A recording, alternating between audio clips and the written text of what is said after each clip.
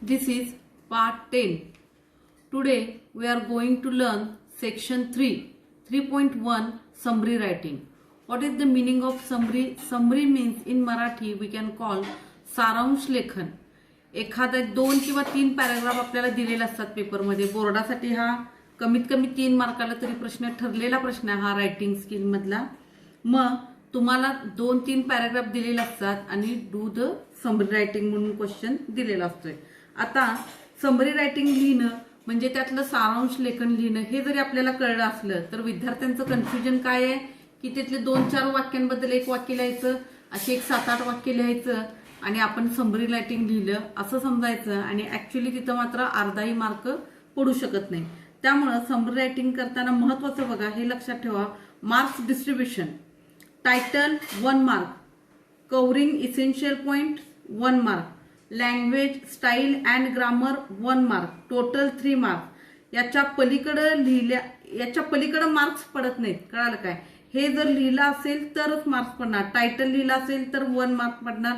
कोणतंही टायटल द्या, टायटल कधी चुकीचं आणि बरोबर नसते. टायटल दिला तुमच्या योग्य म्हणजे तुम्हाला वाटेल तसं टायटल दिला योग्य असलं की त्याला 1 मार्क पडतोय. टायटल चुकीचं दिलंय असं शक्यतो कधी होत नाही. त्यानंतर कव्हरिंग इसेन्शियल पॉइंट्स म्हणजे जो काय परिच्छेद तिथं पॅराग्राफ आलेला आहे त्याच्याबद्दल ते सगळे पॉइंट्स त्यात कव्हर करणे म्हणजे त्याच्या प्रत्येकाबद्दल मत मांडणे. मत म्हणजे स्वतःचं मत मांडायचं नाहीये तर त्यातलीच महत्वाची वाक्य मांडायची आहेत. मग ते मांडणं. त्यानंतर लँग्वेज स्टाईल अँड ग्रामर हा पॉइंट म्हणजे काय, तुमचं स्पेलिंग मिस्टेक होता कामा नयेत. पहिलं लेटर कॅपिटल पाहिजे आणि त्यानंतर फुल स्टॉप पाहिजे. जर स्पेलिंग मिस्टेक नसेल, सेंटेन्स मेकिंग व्यवस्थित असेल तर इथं 1 मार्क पडतोय. जर त्यात काय चुकला असेल तर अर्धा मार्क पडतोय. म्हणजे मार्क मिळाला अतिशय कठीण हा प्रश्न आहे. फक्त 3 मार्कासाठी आहे आणि लिहायचं आहे आपल्याला किती, एक 7 तिथं 8 ओळी तरी कमीत कमी आणि मुद्देसूदच 7-8 ओळी लिहायच्या आहेत. या 7-8 ओळी व्यवस्थित लिहिणं, टायटल देणं म्हणजे काय पडणार आपली 3 मार्काची तयारी होणार. हे बेसिक आहे, हे सगळ्यात महत्वाचं आहे. आणि समरी रायटिंग तुम्हाला प्रॅक्टिसनच येणार आहे. त्यामुळे प्रॅक्टिस केल्याशिवाय हा इथं परफेक्शन येणार नाहीये. सगळ्यात महत्वाचं काय करायचं आहे, मार्किंग सिस्टीम लक्षात ठेवायची आहे. TCL म्हणतात त्याला, title, covering point and language. TCL मध्येच तुमचा मार्कांचं डिस्ट्रीब्युशन देणार आहे. त्यामुळे 1, 1, 1 आणि 3. त्यामुळे अशा प्रकारेच हा लिहायचा आहे.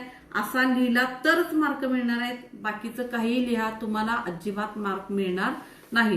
त्यामुळे लिहिताना समरी रायटिंगचं डिस्ट्रीब्युशन खूप महत्वाचं आहे.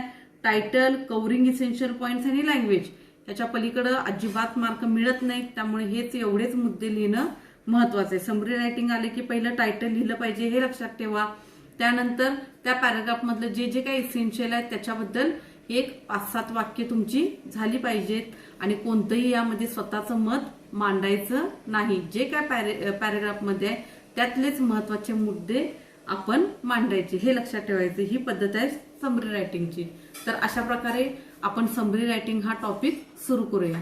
Now we shall start the topic summary writing. A summary is a record in the reader's own words that gives the main points of a piece, such as a newspaper, article, a lecture, a passage, a chapter, or even a whole book. बघा काय सांगितलेलं आहे. Summary is a record in the reader's own words that gives the main points.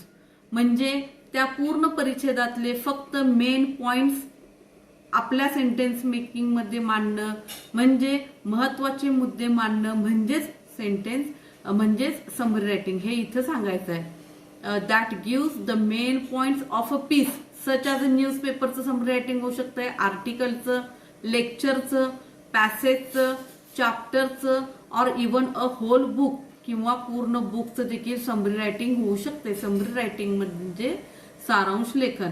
पण इथं आपण जर exam oriented विचार केला तर आपल्याला काय करायचं आहे, समोर आपल्या एक 2-3 पॅराग्राफ असणार आहेत.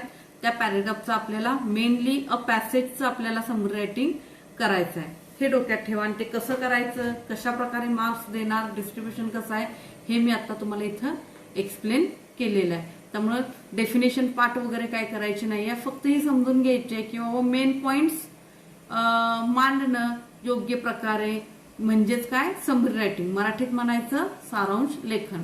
Now we shall start icebreakers. Icebreakers म्हणजे काय, त्या धड्याची रिलेटेड आधी त्याच्याशी रिलेटेड क्वेश्चन्स, प्रश्नोत्तरे. There are 2 questions in icebreakers. Number 1, discuss in pairs and guess the correct alternative for the following. Discuss in pairs and guess the correct alternative for the following. Question number 1, to summarize means. आता समराईजचा अर्थ तुम्हाला माहिती असणे लक्षात ठेवा, खूप महत्वाचा आहे. समराईज म्हणजे काय, की समरी रूपात मांडणे, म्हणजे सारांश रूपात मांडणे, ह्याचा अर्थ तो आहे समराईजचा. मग समराईज मीन्स ऑप्शन दिलेले आहेत. A, put information in chronological order. 2, recapitulate the main points in selection. 3, C, to introduce new information. D, to write one's opinion about selection. मग याचा आन्सर काय आहे, to recapitulate the main points in selection. To summarise means to recapitulate the main points in selection. मग आता रिकॅपिट्युलेटचा अर्थ बघा, RECAPITULATE. Recapitulate म्हणजे to repeat or give a summary.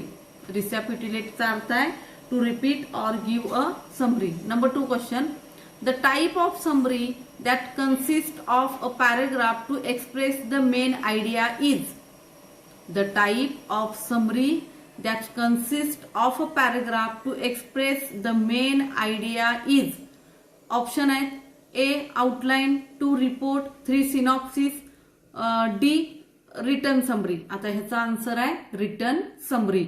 म्हणजे ही लाईन काय आहे बघा पूर्णपणे, the type of summary that consists of a paragraph to express the main idea is written summary. Now we have completed question number 1. Now we are going to learn question number 2.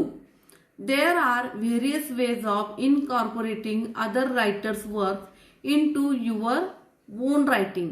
They differ according to the closeness of your writing to the source writing. Match the ways of writing in a brief given in column A with their description in column B. म्हणजे आपल्याला column A आणि बी चं काय कराय, match making करायचं आहे. Serial number, ways of writing, column A कुठला आहे, A ways of writing, column B description. मग आपल्याला वेज ऑफ रायटिंग कुठले कुठले दिलेले आहेत, summarising, paraphrasing, precise writing, quoting, editing, gist writing, असे 6 प्रकारचे वेज ऑफ रायटिंग दिलेले आहेत आणि त्याचं डिस्क्रिप्शन करायचं आहे. म्हणजेच काय आपल्याला मॅच मेकिंग करायचं आहे. आता समरायझिंग म्हणजे काय, त्याच्या पुढे त्याचा आन्सर लिहायचा आहे. पॅराफ्रेझिंग म्हणजे काय, प्रिसिस रायटिंग म्हणजे काय. आता समरायझिंग म्हणजे काय, थोडक्यात सारांश लेखन करणं. पॅराफ्रेझिंग म्हणजे काय, पॅराग्राफ मांडणं. प्रिसिस रायटिंग म्हणजे clear and accurate writing. Precise writing म्हणजे clear and accurate writing. Quoting म्हणजे to repeat exactly something. Quoting म्हणजे to repeat exactly something. Editing म्हणजे एडिट करणं, मांडणं, मत मांडणं वगैरे. गिस्ट वर्किंग म्हणजे पण काय आहे, सारांश लेखन. थोडक्यात त्याचं गिस्ट सारांश मांडणं म्हणजे काय, गिस्ट रायटिंग. मग आता आपल्याला काय करायचे, त्याला ऑप्शन समोर लिहायचे आहेत. आता समरायझिंगचं ऑप्शन येते ई. आता ई काय आहे बघा, तुम्ही फक्त मॅच मेकिंग करू शकताय, तिथं तुम्ही खुणा करू शकताय. समरायझिंगचा आन्सर आहे E. It includes main ideas into one's own words. पॅराफ्रेझिंगचा आन्सर आहे एफ. एफ काय, it must be identical to the original and match the document word by word. 3, precise writing, त्याचा आन्सर आहे डी. डी म्हणजे काय, it includes taking broader segment of the source and condensing it slightly. क्युटिंगचा A, it includes not just the main idea but every detail expressed clearly and to the point. Editingचा answer आहे B. It includes selection of proper lines from the given text for correction, condensation and organization. Ghostwritingचा answer आहे C. It includes the most essential part of the or the crux of the matter. आता हे जे काही difficult words आहेत तिथं कुठले कुठले? क्रक्स, कंडेन्सिंग, कंडेन्सेशन म्हणजे स्मॉल ड्रॉप्स ऑफ वॉटर म्हणजे दवबिंदू. मग आता इथं स्मॉल ड्रॉप्स ऑफ वॉटर दवबिंदू या अर्थानं आलेला आहे काय? नाही. त्याचा सारांश, मेन त्यातला गाभा किंवा त्याचा एकूण मिळून जो काय सारांश असणार तो म्हणजे कंडेन्सेशन. क्रक्स, क्रक्स म्हणजे काय? The most important or difficult part of a problem. Crux म्हणजे. कंडेन्सिंग म्हणजे to make more compact, to make piece of writing shorter. Condensing म्हणजे अर्थ काय?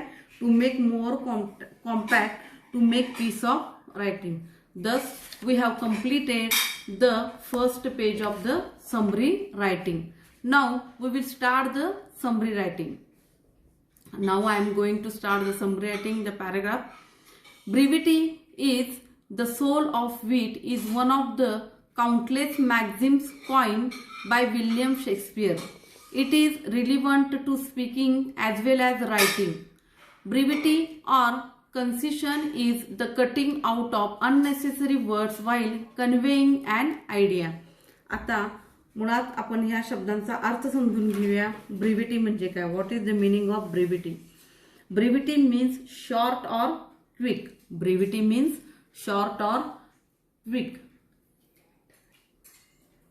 ब्रिव्हिटी मीन्स शॉर्ट ऑर क्विक. आणि विट म्हणजे काय? Intelligence. Brevity is the soul of wit म्हणजे काय? शॉर्ट आणि क्विक. हे विट म्हणजे काय? इंटेलिजन्स. शॉर्ट आणि क्विक असणं हे इंटेलिजन्सचं आत्मा आहे. म्हणजे विनाकारण फापट पसारा लावणे, खूप फार लांबड लावणे वगैरे हे काय नाहीये? ह्यात ज्ञानी लोकांचा आत्मा नाहीये. शब्द कमी वापरावेत पण कसे वापरावेत? महत्वाचे वापरावेत. आणि महत्वाच्या कमी शब्दातूनच दुसऱ्याला अर्थ समजावून सांगणं हे काय आहे?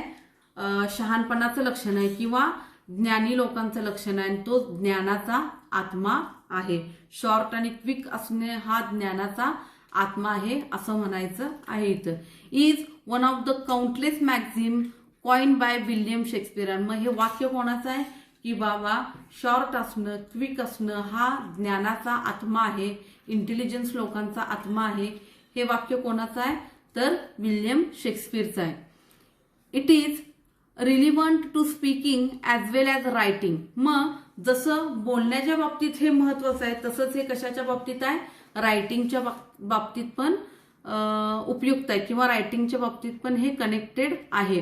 ब्रिव्हिटी और कन्सिशन is the cutting out of unnecessary words while conveying an idea. आता ब्रिव्हिटी कधी येणार? तर बाबा ज्यावेळी एखादी आपण आयडिया सांगणार आहे. कन्सिशन म्हणजे पण काय? थोडक्यात सांगणं, स्पष्ट सांगणं, थोडक्या मोजक्या शब्दात सांगणं म्हणजेच काय ब्रिव्हिटी. हे कधी होणार आहे?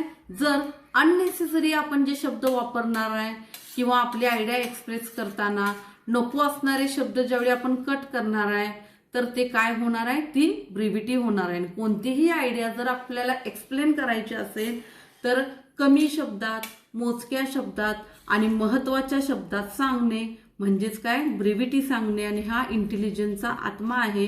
आणि हे आपण कधी करू शकतोय?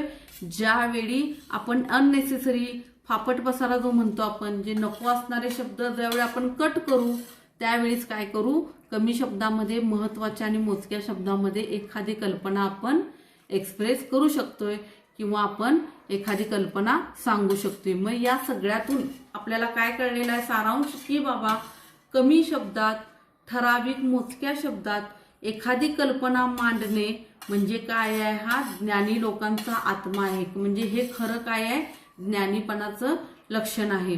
ही सुरुवात आहे समरी रायटिंगची. आणि हे वाक्य कोणाचं आहे? विल्यम शेक्सपियरचं आहे. मग ह्या वाक्याशी, ह्या पॅराग्राफची त्यांनी सुरुवात केलेली आहे. आणि अशा प्रकारे आपण समरी रायटिंग हा टॉपिक सुरू केलेला आहे. आणि उरलेला जो काय भाग आहे तो आपण कुठं घेऊया? नेक्स्ट व्हिडिओमध्ये घेऊया. त्यासाठी आजच्या पुरतं वी शॅल स्टॉप हिअर.